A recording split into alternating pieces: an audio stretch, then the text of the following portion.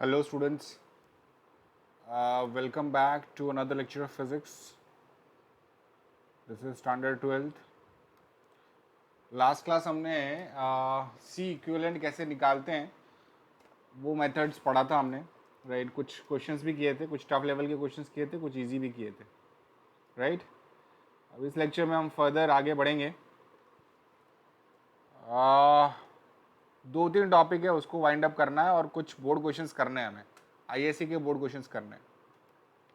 So we are going to discuss dielectrics, permittivity and relative permittivity. ये permittivity के बारे में जब हम कूलम्स लॉ पढ़ रहे थे तब शायद आपने सुना होगा, ठीक है।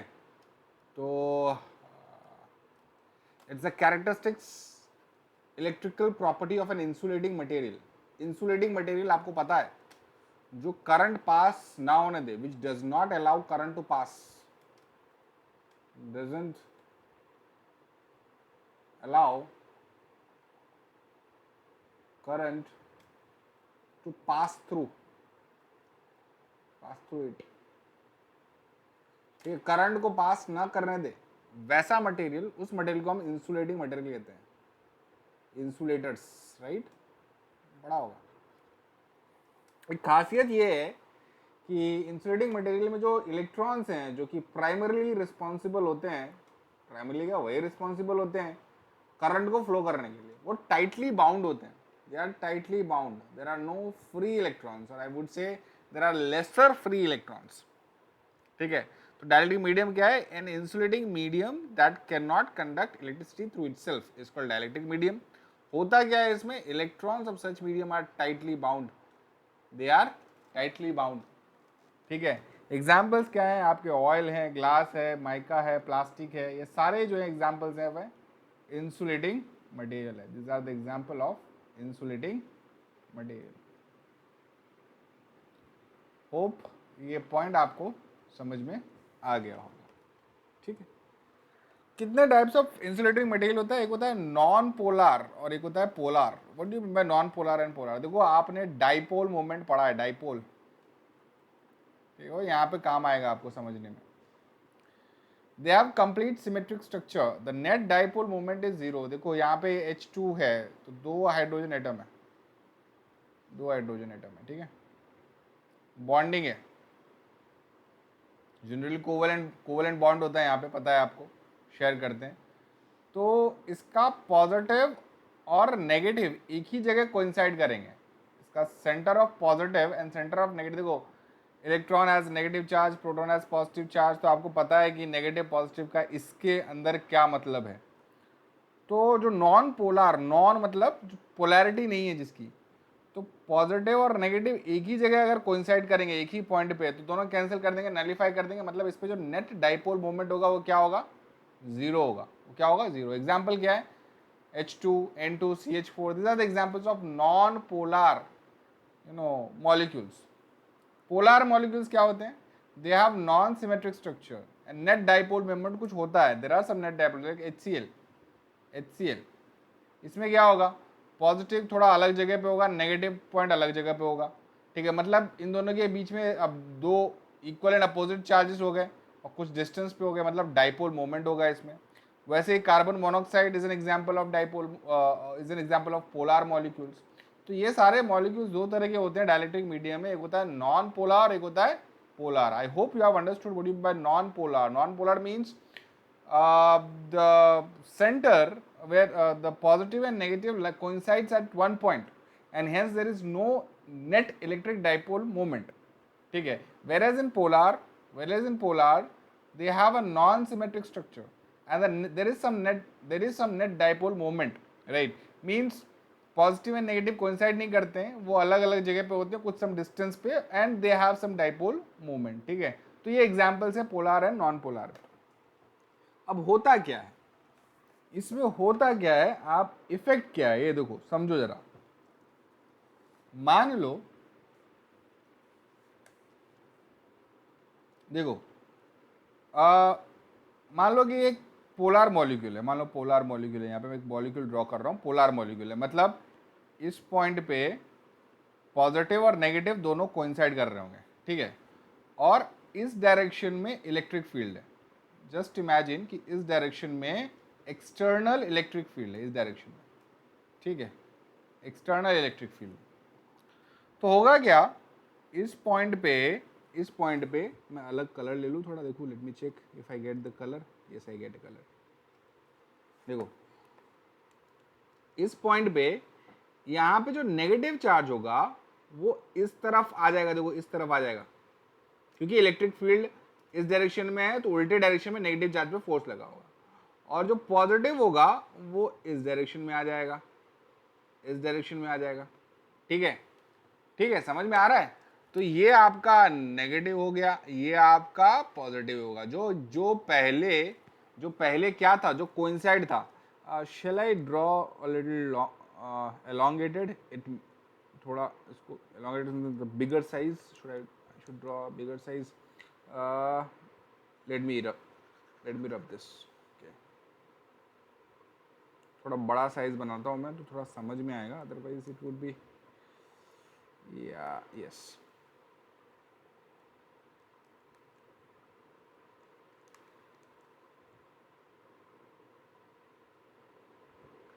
ओके, देखो, मान लो अभी मैं थोड़ा इसको है ना एनलार्ज करके बना रहा हूँ, इतना बड़ा होता नहीं है पर समझने के लिए बना रहा हूँ। देखो, मान लो कि मॉलिक्यूल है,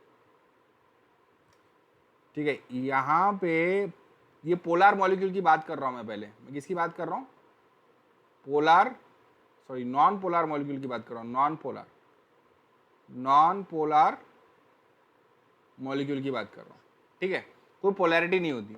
तो इस पॉइंट पे पॉजिटिव एंड नेगेटिव दोनों कोइंसाइड कर रहे होंगे। क्या कर रहे होंगे? पॉजिटिव और नेगेटिव दोनों कोइंसाइड कर रहे होंगे। और ये इसको मैंने इलेक्ट्रिक फील्ड में एक एक्सटर्नल इलेक्ट्रिक फील्ड पे रख दिया, इसको मैंने एक्सटर्नल इलेक्ट्रिक फील्ड में रख दिया है, इस पर्टिकुलर मटेरियल को। जो एक्सटर्नल इलेक्ट्रिक फील्ड है उसको मैं मान लेता हूं external electric field, let's say that is equal to E। ठीक है, अब होगा क्या, जरा मैं again if I able to change the colour, okay, इधर से चेंज करना पड़ेगा, नो प्रॉब्लम। अब देखो, अब अगर तो यहाँ पे क्या होगा, यहाँ पे जो नेगेटिव चार्ज होगा, देखो ये एक्चुअली इसी तरीके से होगा, मैं यहाँ पे बता रहा हूँ आपको। तो नेगेटिव चार्ज मान लो कि भाई फोर्स लग रहा होगा उस पर, और वो है ना थोड़ा डिस्प्लेस होकर यहाँ आ गया होगा, मान लो यहाँ आ गया नेगेटिव चार्ज। और पॉजिटिव चार्ज ऑफ कोर्स थोड़ा इस तरफ फोर्स लग रहा होगा। आपको पता है फोर्स कहाँ लगेगा? नेगेटिव चार्ज पे इलेक्ट्रिक फील्ड के उल्टे डायरेक्शन में फोर्स लगता है, और पॉजिटिव चार्ज में उसी डायरेक्शन पे फोर्स लगता है। अब देखो यहाँ पे एक इंड्यूस्ड इलेक्ट्रिक फील्ड जनरेट हो रही होगी, क्या? उल्टे डायरेक्शन में। देखो, उल्टे डायरेक्शन में पॉजिटिव टू नेगेटिव एक इंड्यूस्ड इलेक्ट्रिक फील्ड जनरेट हो रही होगी, इलेक्ट्रिक फील्ड जनरेट होगी, इंड्यूस्ड इलेक्ट्रिक फील्ड। तो देखो भाई, इंड्यूस्ड इलेक्ट्रिक फील्ड जनरेट हुई, तो इस रीजन में नेट इलेक्ट्रिक फील्ड कितना होगा? नेट इलेक्ट्रिक फील्ड कितना होगा भाई? आपका जो एक्सटर्नल फील्ड आपने E डाला वो minus E induced, that is your net electric field. ये इफेक्ट होता है डाइलेक्ट्रिक मीडियम का, that to non polar molecules. What about polar molecules? होता इन दोनों में सेम है, एंड इफेक्ट सेम है, पर अलग अलग तरीके से होता है। Let me take polar molecules.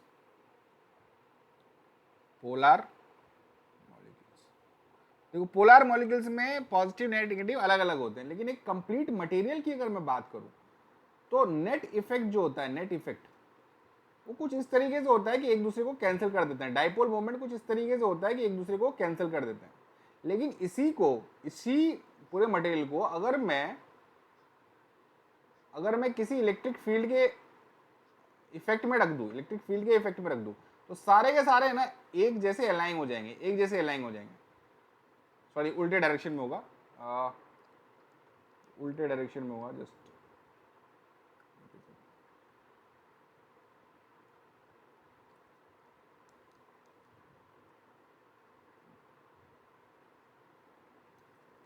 देखो, जो इलेक्ट्रिक फील्ड है ये उल्टे डायरेक्शन में हो जाएंगे।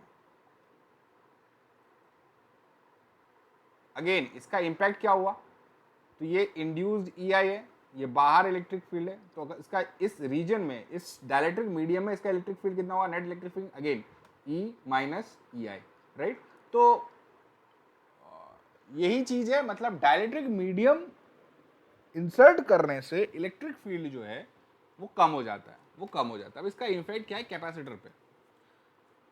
मान लो कि आपके पास एक दो प्लेट्स हैं, पैरेलल प्लेट्स कैपेसिटर है, ठीक है, और इनके बीच में एक डाइलेक्ट्रिक मीडियम है, डाइलेक्ट्रिक मीडियम, ठीक है। यहाँ पे आपने क्या किया, यहाँ पे बैटरी लगा लिया, ठीक है। इफेक्ट क्या होगा देखो, समझो,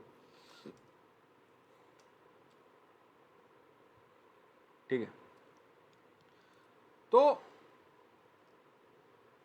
यहां पे इस पॉइंट पे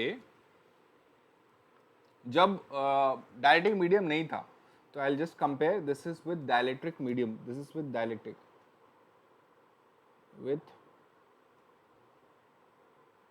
डाइलेक्ट्रिक, ठीक है। तो एंड विदाउट डाइलेक्ट्रिक, विदाउट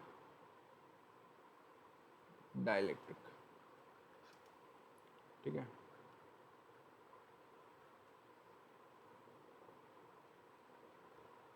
देखो कितना इम्पैक्ट आएगा, देखो ये विदाउट डाइलेक्ट्रिक मतलब इसके अंदर एयर है, एयर इज अ मीडियम, ठीक है, ठीक है। तो इस केस में आपका जो C निकला था that is epsilon not A/D, ये आपको पता होगा, एप्सिलॉन नॉट A/D आपको पता होगा, क्यों, क्योंकि your Q is equal to C times V, and you know your electric field in this case is I think sigma by epsilon naught, ये आपको याद होगा, electric field is sigma by epsilon not इसके इस point पे, ठीक है। तो उसी तरीके से आपको यहाँ पे मिल गया होगा your voltage is E by D, therefore sorry, E is equal to V by D. Let me rub this.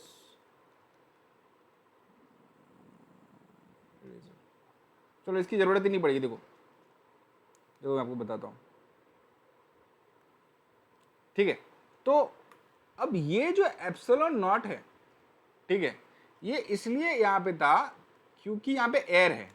इस केस में क्या होगा, देखो इस केस में आपका C जो होगा ना, that is epsilon not into epsilon R A/D। क्यों एप्सिलॉन R, बिकॉज यहाँ पे जो परमिटिविटी है वो चेंज हो जाएगी। Why, because electric field has change, ठीक है। तो बट ऑब्वियस है, ये मान लेता हूँ C डैश है, ये C है, मान लेता हूँ, तो ये क्या होगा, but obvious C dash is greater than C। इसे फायदा क्या हुआ, आपका कैपेसिटेंस बढ़ गया, डाइलेक्ट्रिक ऐड करने से, डाइलेक्ट्रिक उसके बीच में इंसर्ट करने से आपका कैपेसिटेंस बढ़ गया, ठीक है। तो इस केस में आपका जो इलेक्ट्रिक फील्ड होगा कितना होगा, sigma by epsilon not epsilon R, ठीक है। तो ये चीज आपको याद रखना है, राइट। अगर मैं एप्सिलॉन R को, इसको मैं E डैश लिख देता हूँ, E डैश लिख देता हूँ, तो if I just check what is E by E dash, तो क्या होगा, sigma by epsilon not upon sigma by epsilon not into epsilon R। ये कैंसिल कर दो, तो क्या हो जाएगा, sigma E by E dash is equal to epsilon R। This epsilon R is also known as dielectric constant, dielectric constant, ये चीज आप याद रखना, dielectric constant, ठीक है। तो ये चीज है, ये डाइलेक्ट्रिक किसी मीडियम को इंसर्ट करना बीच में, उससे क्या हो जाएगा, उससे आपका कैपेसिटेंस बढ़ जाएगा, ठीक है, क्योंकि इलेक्ट्रिक फील्ड घटेगा, right. Clear, I hope things are clear, right. इसके बाद मैं आपको बताता हूं कि क्या क्या हो सकता है। कैपेसिटेंस तो आपने देख लिया कि बढ़ जाएगा, लेकिन और इसमें चीज़ें हैं जो आपको समझनी है, बहुत ज़्यादा अच्छी चीज़ें हैं जो आपको समझनी है, राइट। वो ये कि मान लो कि पार्शियली फील्ड है, जो कैपेसिटर है that is partially filled by dielectric. So I am writing capacitors that are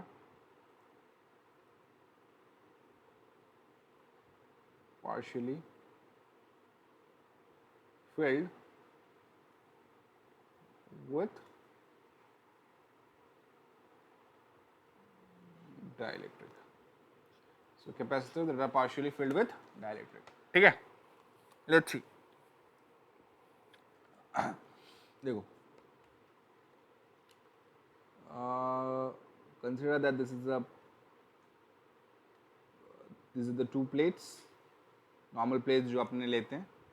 ठीक है, और ये डिस्टेंस मान लो कि d डिस्टेंस है, दोनों के बीच में जो डिस्टेंस है वो d डिस्टेंस है प्लेट्स के बीच में. ठीक है, और क्या करूँगा मैं, इसको पॉजिटिव टर्मिनल से कनेक्ट कर दूंगा बैटरी के, और ये वाले प्लेट को नेगेटिव टर्मिनल से कनेक्ट कर दूंगा. ठीक है, और यहाँ से t डिस्टेंस पे, यहाँ से t डिस्टेंस तक मैं एक डाइलेक्ट्रिक डाल दूंगा. डाइलेक्ट्रिक अलग मटेरियल डाल दूंगा. देखो, तो ये t डिस्टेंस तक अलग मटेरियल है, कोई डाइलेक्ट्रिक कांस्टेंट मान लो कि एप्सिलॉन r का है, और ये वाला जो रीजन है ये एयर है, दिस इज एयर. अब मुझे कैपेसिटेंस, इसका इक्विवेलेंट कैपेसिटेंस निकालना है. देखो समझो जरा, this can be consider as two capacitor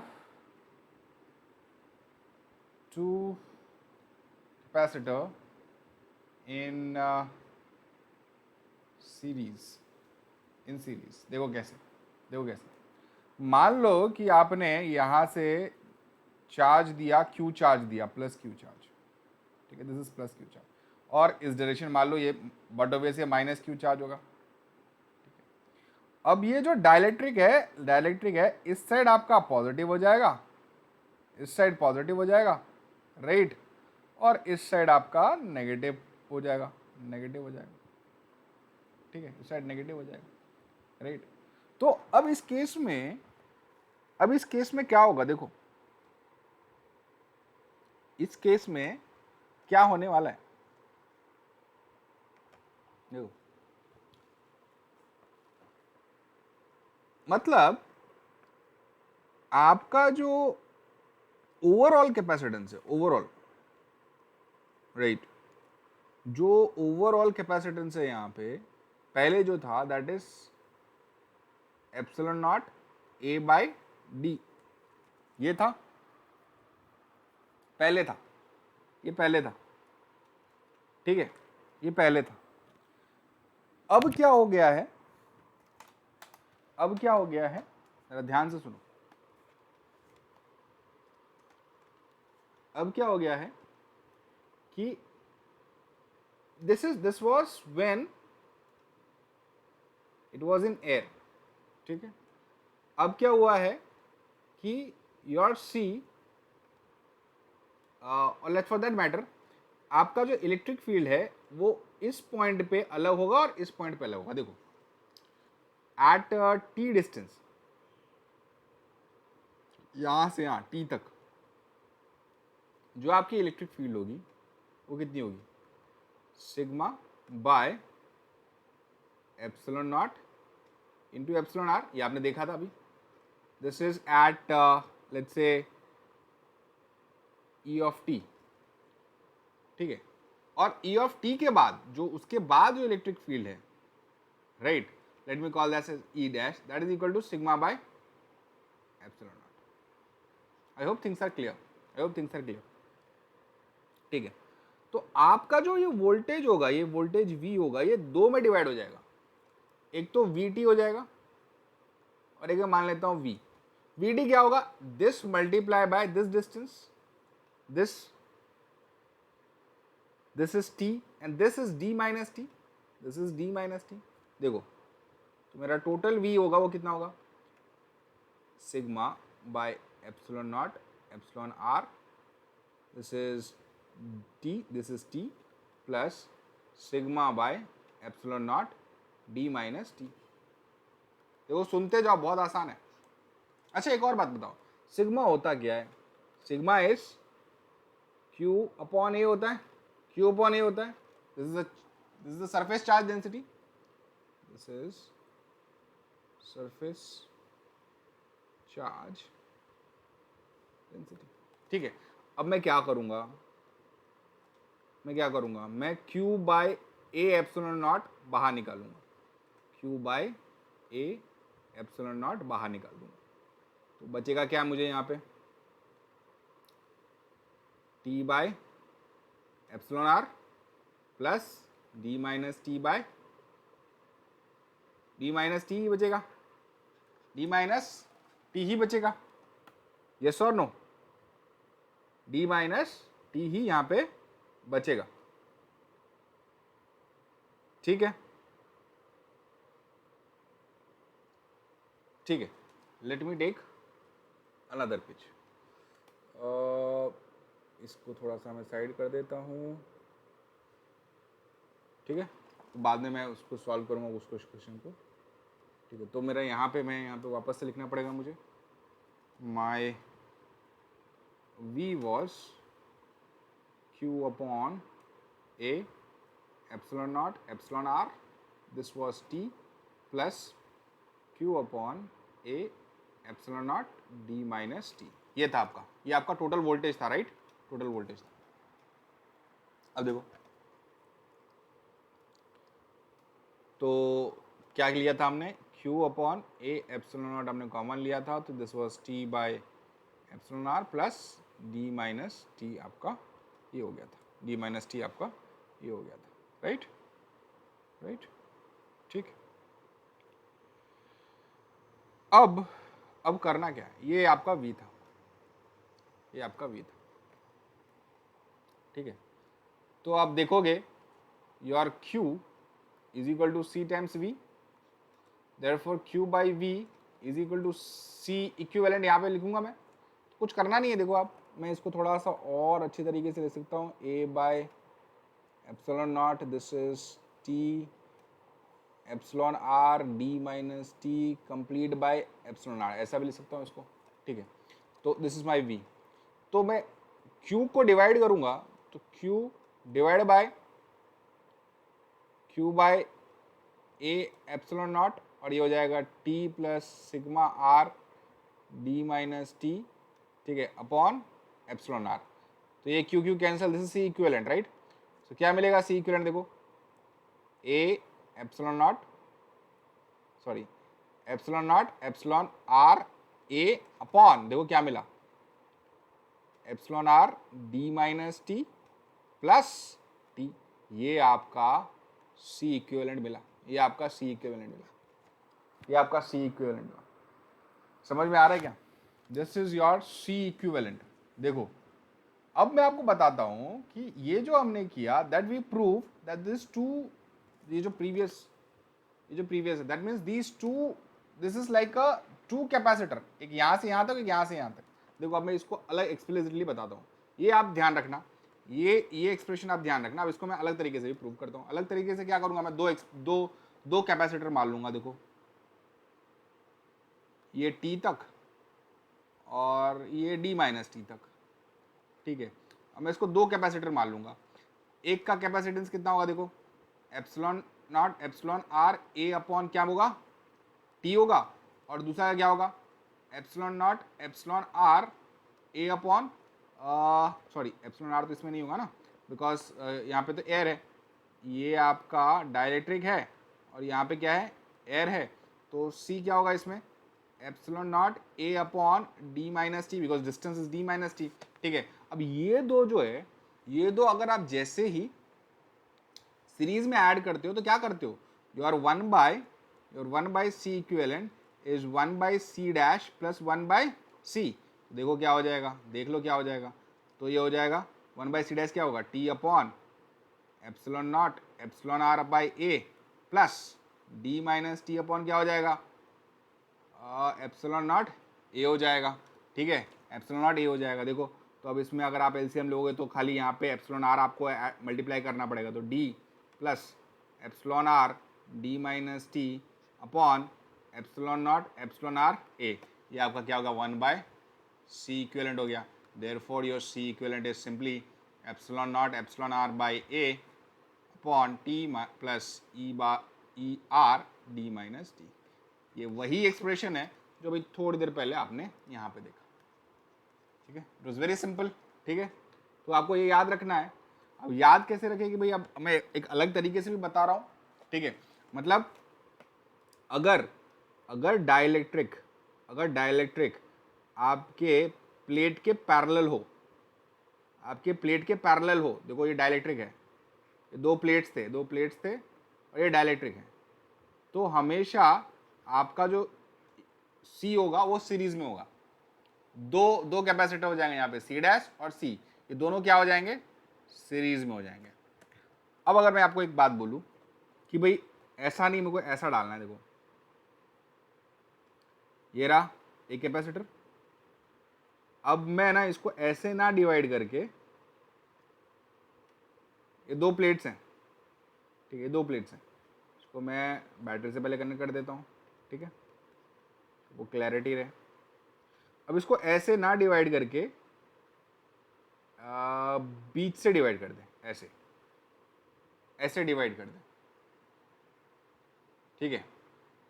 अब ये अगर मैं कहूँ ये, तो इस केस में क्या हो जाएगा, मान लो ये आपका C डैश है, ये आपका C डैश है, इसमें एरिया देखो, एरिया जो है वो चेंज हो जाएगा, इसमें D लेंथ चेंज नहीं होगा, इसमें एरिया चेंज हो जाएगा, तो वो चीज़ आपको ध्यान रखना है। तो मैंने बीचों बीच ले लिया, तो मतलब a/2 इधर, a/2 इधर, राइट। तो अब इस केस में D चेंज नहीं होगा, लेकिन एप्सिलॉन नॉट और एरिया चेंज हो जाएगा। Getting my point, epsilon not और एरिया चेंज हो जाएगा, राइट। तो उस केस में आपको क्या करना है, अब इस केस में क्या होगा, अब देखो ये आपका कोई कुछ कांस्टेंट का, और ये इस केस में जो है ना, ये दो कैपेसिटर पैरेलल में कनेक्टेड दिखाएंगे,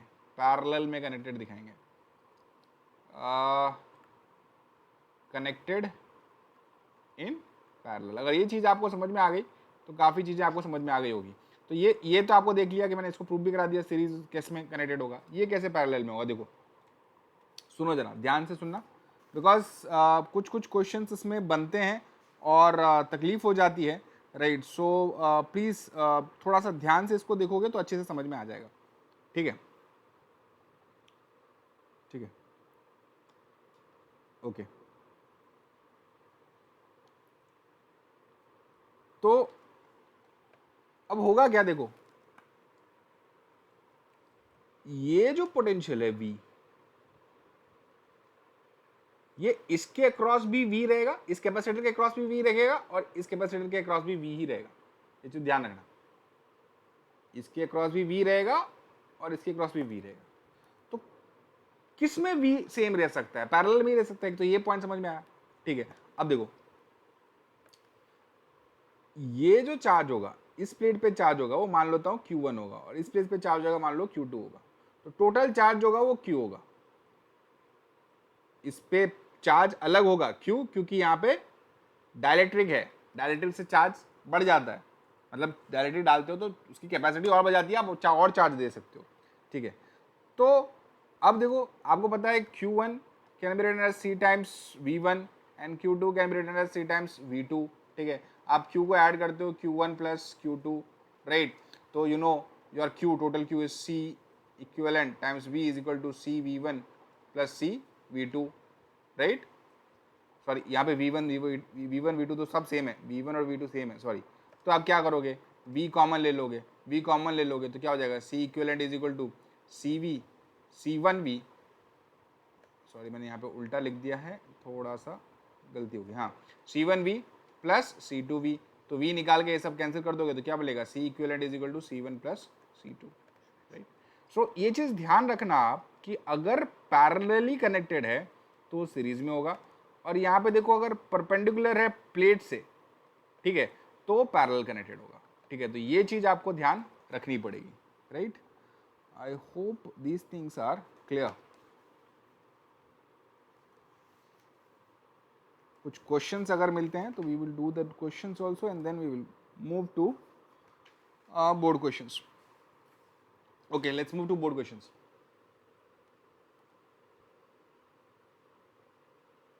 okay, these are the board questions that is there in front of you. ठीक है, तो 2 मार्क्स वाले क्वेश्चन करें पहले।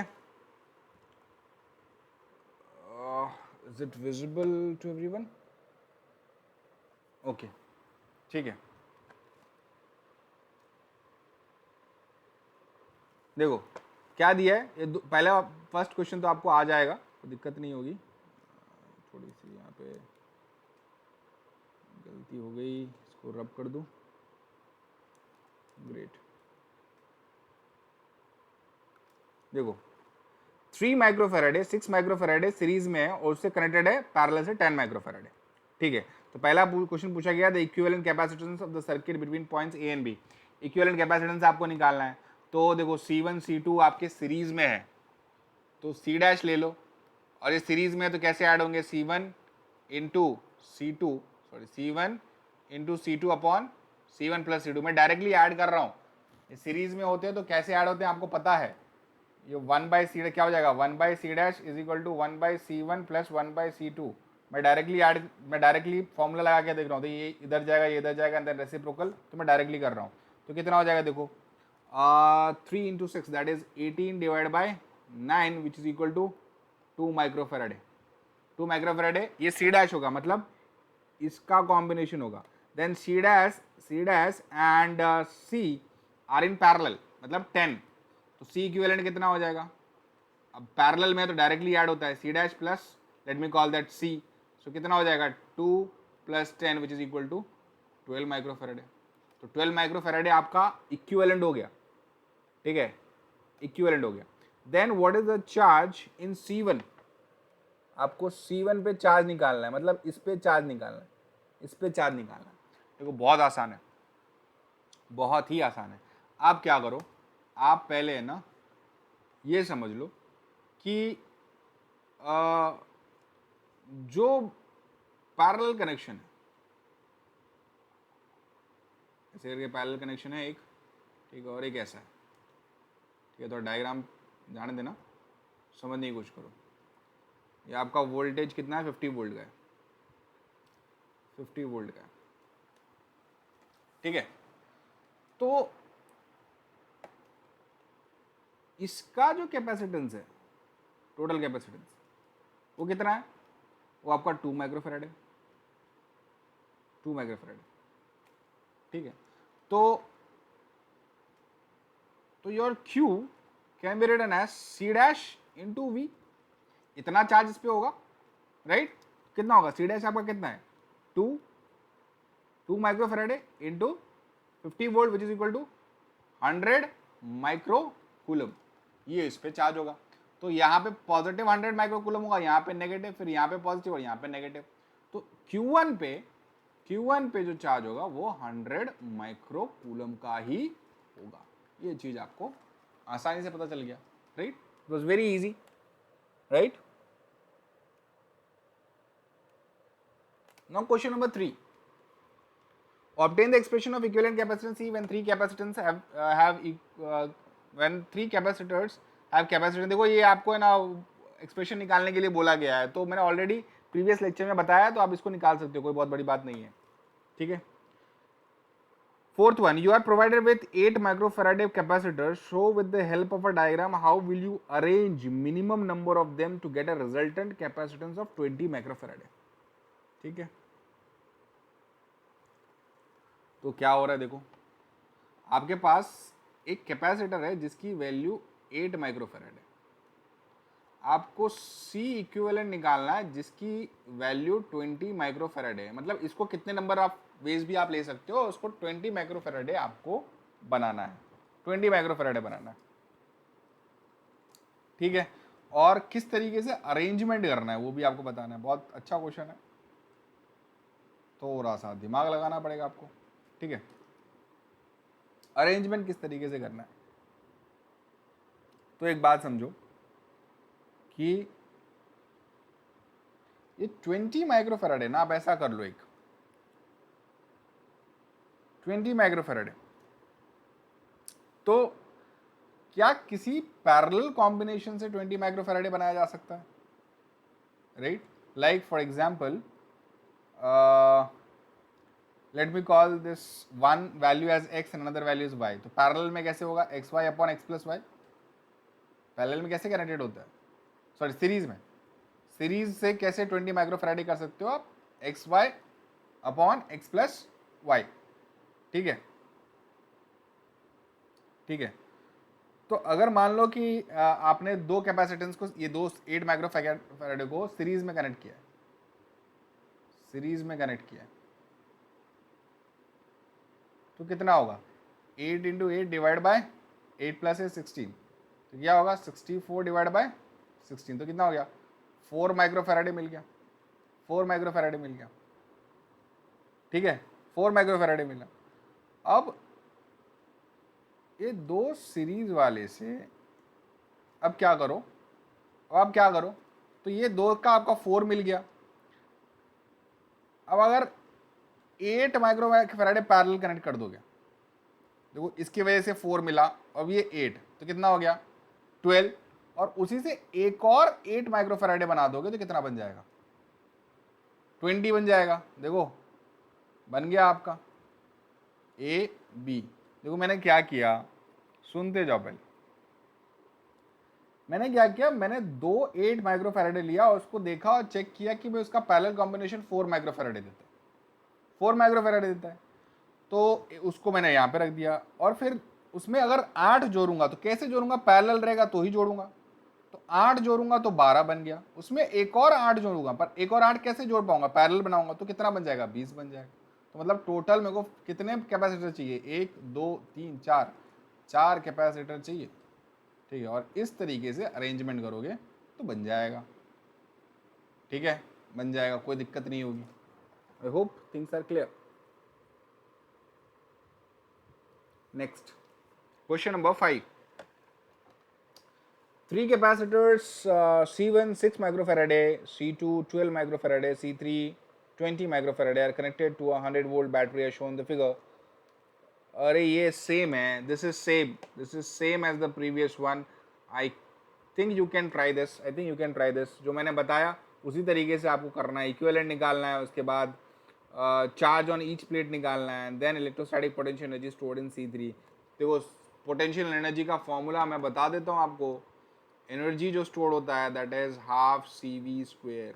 ये याद रखना, ये मैंने डिराइव भी करवाया था तो आपको शायद ये पता भी होगा। ठीक है, okay, what we can do is we can wind up this session here itself because we have some limitations। उसके बाद ये कुछ 6-7 क्वेश्चंस हैं वो मैं नेक्स्ट लेक्चर में कराऊंगा, और कुछ और क्वेश्चंस भी हैं मेरे पास वो भी करा दूंगा।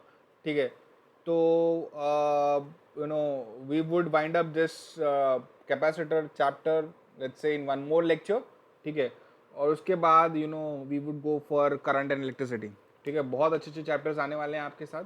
ठीक है, so please keep on studying. ठीक है, चलिए बाय बाय, टेक केयर।